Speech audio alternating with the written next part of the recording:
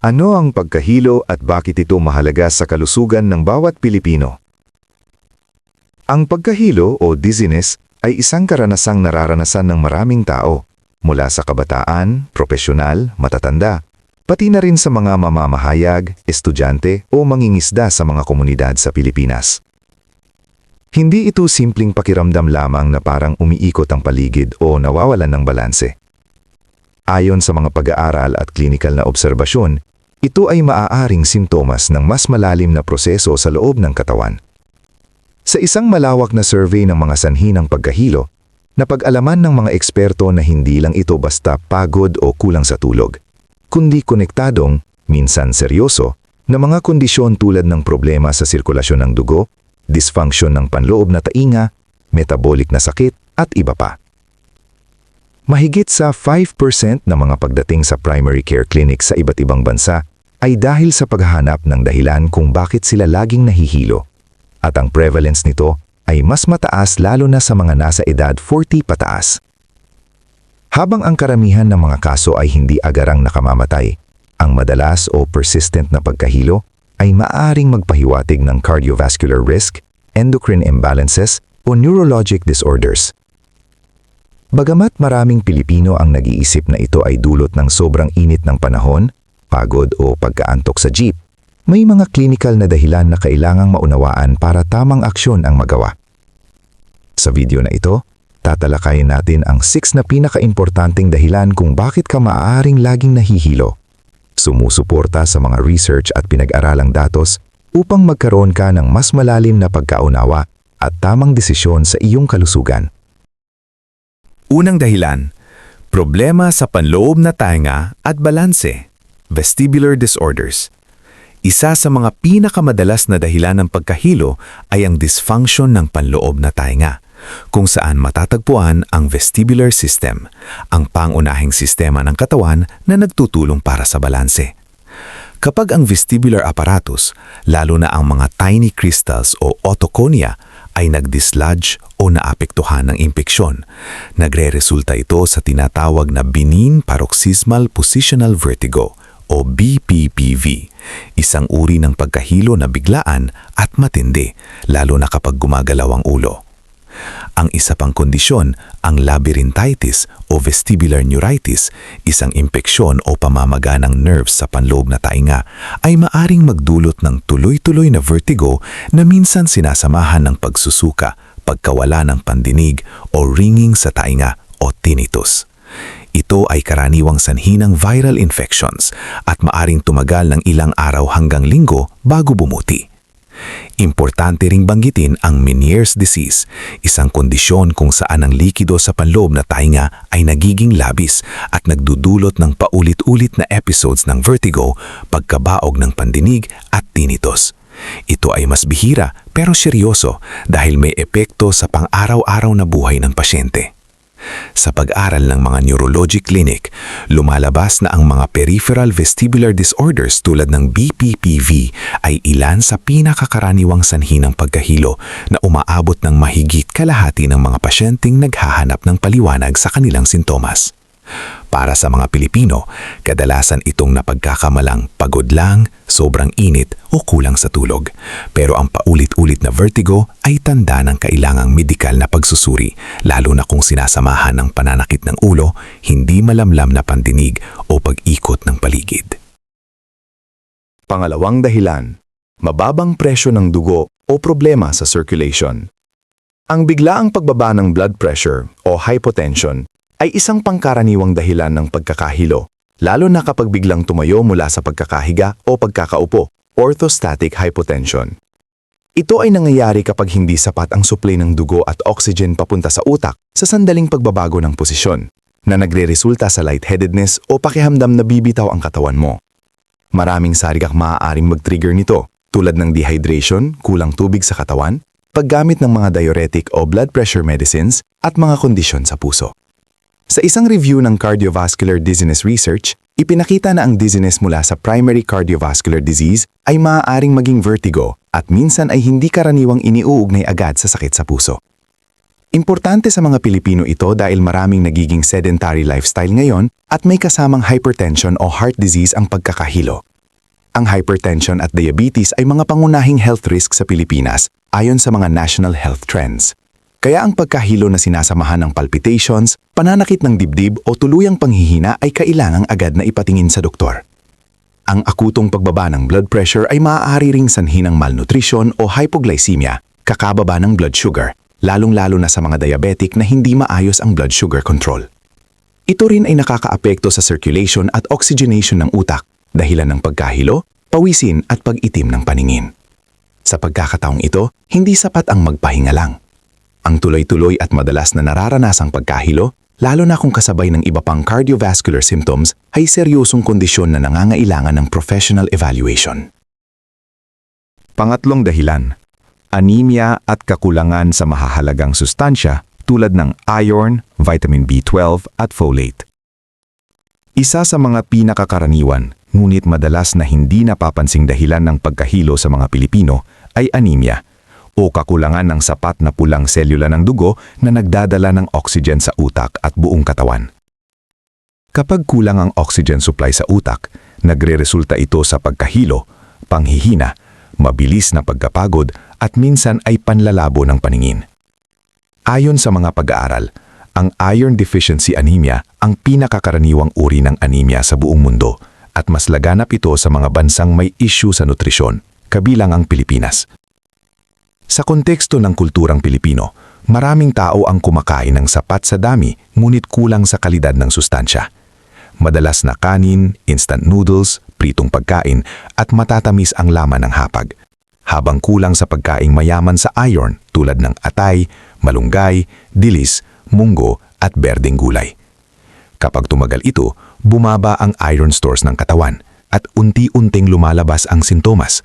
Pagkahilo ang isa sa pinakaunang babala. Bukod sa iron, mahalaga rin ang vitamin B12 at folate para sa maayos na function ng nervous system. Ang kakulangan sa vitamin B12 ay maaaring magdulot hindi lamang ng pagkahilo kundi pati pamamanhid ng kamay at paa, problema sa balanse at mental fog. Sa mga senior citizens, ito ay madalas na napagkakamalang normal lang sa pagtanda, kahit isa na pala itong sinyalis ng nutritional deficiency na kayang maagapan. Ayon sa medical research, ang anemia-related dizziness ay maaaring maging chronic kung hindi natutugunan. At sa mga matatanda, ito ay nagpapataas ng risk ng pagkahulog, fracture at pagkawala ng independence. Kaya kung ikaw ay madalas nahihilo, maputla, mabilis hingalin o laging pagod kahit sapat ang tulog, huwag ipagwalang bahala. Isang simpleng blood test lamang ang kailangan upang malaman kung ito ay dahil sa anemia at maraming kaso ang gumagaling sa tamang nutrisyon at gamutan. Kung nanonood ka pa rin ng video na ito at nakakatulong sa iyo ang mga impormasyong ito, paki-comment ng numero 3 sa ibaba para malaman kung nandito ka. At kung hindi ka pa nakasubscribe, inirerekomenda kong mag-subscribe ka at i-on ang bell notification para hindi mo makaligtaan ang mga susunod na videos. Ang iyong suporta ay tumutulong sa amin na makagawa pa ng magagandang content para sa iyo. Ngayon, magpatuloy tayo. Pang-apat na dahilan, problema sa blood sugar at metabolic disorders, hypoglycemia at diabetes. Ang biglaang pambaba o pagtaas ng blood sugar ay isa pang seryosong dahilan ng pagkahilo na karaniwan sa mga Pilipino, lalo na sa mga may diabetes o pre-diabetes.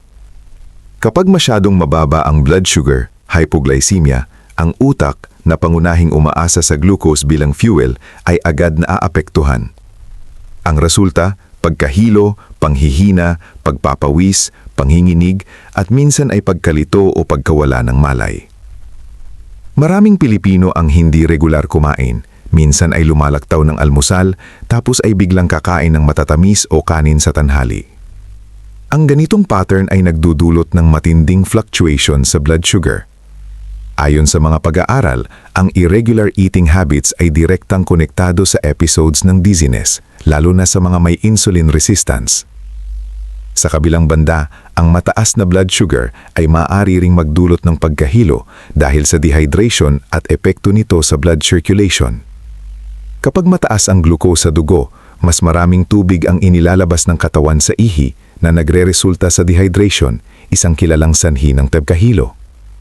Maraming pasyente ang hindi alam na diabetic sila at ang unang napapansin lamang ay madalas na pagkahilo, pagkauhaw at madalas na pag-ihi.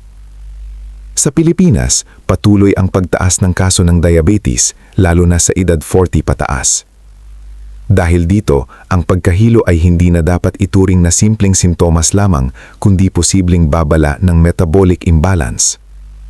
Ang research ay malinaw, ang hindi kontroladong blood sugar ay hindi lang nagdudulot ng pagkahilo, kundi nagpapataas din ng risk ng stroke, heart disease at kidney failure. Kung ikaw ay nahihilo, lalo na kapag gutom, pagkatapos kumain ng matatamis o may kasamang panginginig at malamig na pawis, ito ay malinaw na senyales na kailangan suriin ang blood sugar. Sa tamang lifestyle changes, regular meals at gabay ng doktor, maraming ganitong kaso ang kayang maiwasan at makontrol. Panglimang dahilan. Problema sa utak at nervous system. Stroke, migraine at neurological causes. Hindi lahat ng pagkahilo ay nanggagaling sa taenga o dugo. Sa ilang kaso, ito ay may central o neurological origin. Ibig sabihin ay may kinalaman sa utak at nervous system. Isa sa mga pinakadelikadong halimbawa nito ay stroke. Ang biglaang pagkahilo na sinasabayan ng pamamanhid ng muka o katawan, hirap magsalita o panlalabo ng paningin ay maaaring sinyales ng stroke at nangangailangan ng agarang medical attention. Meron ding tinatawag na vestibular migraine, kung saan ang pagkahilo ay bahagi ng migraine attack kahit walang matinding sakit ng ulo. Ayon sa research, maraming pasyente ang taon nang nahihilo bago nila nalaman na migraine pala ang ugat ng kanilang kondisyon. Ito ay mas karaniwan sa kababaihan at maaaring matrigger ng stress, kakulangan sa tulog o ilang pagkain. Sa mga matatanda, ang chronic dizziness ay minsan kaugnay ng degenerative conditions ng nervous system. Hindi man ito agad seryoso, ngulit ang paulit-ulit na neurological dizziness ay dapat imbestigahan upang maiwasan ang mas malalang komplikasyon. Sa kulturang Pilipino, may takot o pag-aalinlangan ng ilan na magpatingin sa neurologist dahil sa gastos o takot sa diagnosis. Ngunit ipinapakita ng medical studies na mas maagang natutukoy ang neurological causes ng dizziness, mas mataas ang tsansa ng recovery at mas mababa ang risk ng permanent disability. Kung ang pagkahilo ay bago, biglaan at may kasamang kakaibang simptomas sa katawan, huwag maghintay. Ang utak ay sensitibo sa kakulangan ng oxygen at blood flow at ang oras ay mahalaga. Pang-anim na dahilan: stress, anxiety, at mental health-related dizziness. Huling dahilan ngunit kasing halaga ng iba ay ang pagkahilo na dulot ng stress, anxiety, at iba pang isyung pangkalusugang pangkaisipan.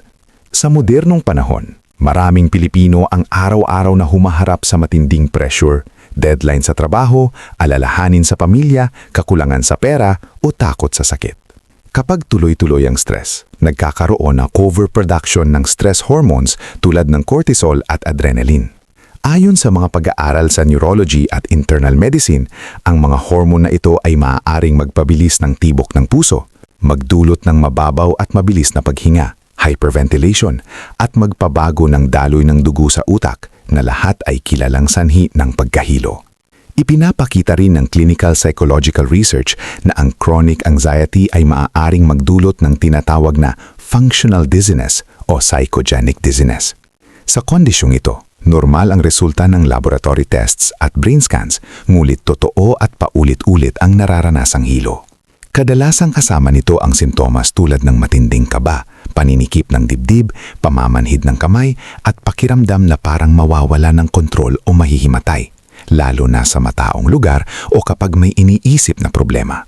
Sa kulturang Pilipino, madalas itong minamaliit at sinasabing nasa isip lang yan. Ngunit malinaw sa siyensya na hindi hiwalay ang isip at katawan. Ayon sa World Health Organization at mga pag-aaral sa psychosomatic medicine, ang hindi natutugunang mental health issues ay may direktang epekto sa pisikal na kalusugan, kabilang ang pagkahilo, pananakit ng ulo at panghihina ng katawan. Mahalagang tandaan, ang pagkahilo dahil sa stress at anxiety ay hindi kahinaan, kundi senyales na ang katawan at isipan ay humihingi ng pahina, suporta at tamang pag-aalaga. Pangwakas na kaisipan, ang pagkahilo ay babala, hindi kailanmang dapat iwaksi. Ang paulit-ulit na pagkahilo ay hindi simpleng abala lamang sa araw-araw na gawain. Ayon sa mga pag-aaral sa medisina, ito'y maaaring unang babala ng mga seryosong kondisyon gaya ng mababang presyon ng dugo, anemia, problema sa inner ear, dehydration, diabetes o kahit sakit sa puso at utak. Ipinapakita ng pananaliksik na maraming kaso ng stroke at atake sa puso ang may paunang sintomas na pagkahilo, ngunit hindi agad pinapansin ng pasyente. Dahil dito, lumalala ang kondisyon bago pa makakuha ng tamang lunas. Bilang mga Pilipino, likas sa atin ang magtiis at ipagwalang bahala ang nararamdaman, lalo na kung iniisip nating pagod lang o kulang lang sa tulog. Ngunit malinaw sa siyensya na ang katawan ay may sariling paraan ng pagbibigay babala. Kapag paulit-ulit ang pagkahilo, lalo na kung may kasamang panlalabo ng paningin, panghihina, pagsusuka o pamamanhid, hindi na ito dapat ipagsawalang bahala. Ipinapayo ng mga eksperto na ang maagang konsultasyon at pagsusuri ay malaking hakbang upang maiwasan ang mas malubhang komplikasyon. Mahalagang tandaan, ang tunay na lakas ay hindi nasusukat sa pagtitiis, kundi sa kakayahang kumilos agad at humingi ng tulong kapag kinakailangan. Ang kaalaman na suportado ng pananaliksik ay nagsisilbing sandata laban sa biglaang sakit at kapahamakan. Kung ikaw o ang mahal mo sa buhay ay madalas makaranas ng pagkahilo, pakinggan ang katawan. Magpatingin sa tamang espesyalista at baguhin ang mga nakasanayang nagpapalala ng kalagayan. Sa huli, ang kalusugan ay kayamanang hindi napapalitan. Ang maagap na pagkilos, tamang impormasyon at malasakit sa sarili ay maaaring literal na magligtas ng buhay.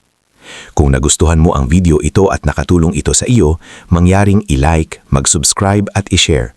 Ang inyong suporta ay tumutulong sa amin na patuloy na gumawa ng magagandang content upang kayo ay mabigyan ng kaalaman at inspirasyon. Salamat sa panonood at inaasahan naming makita kayo sa susunod na video.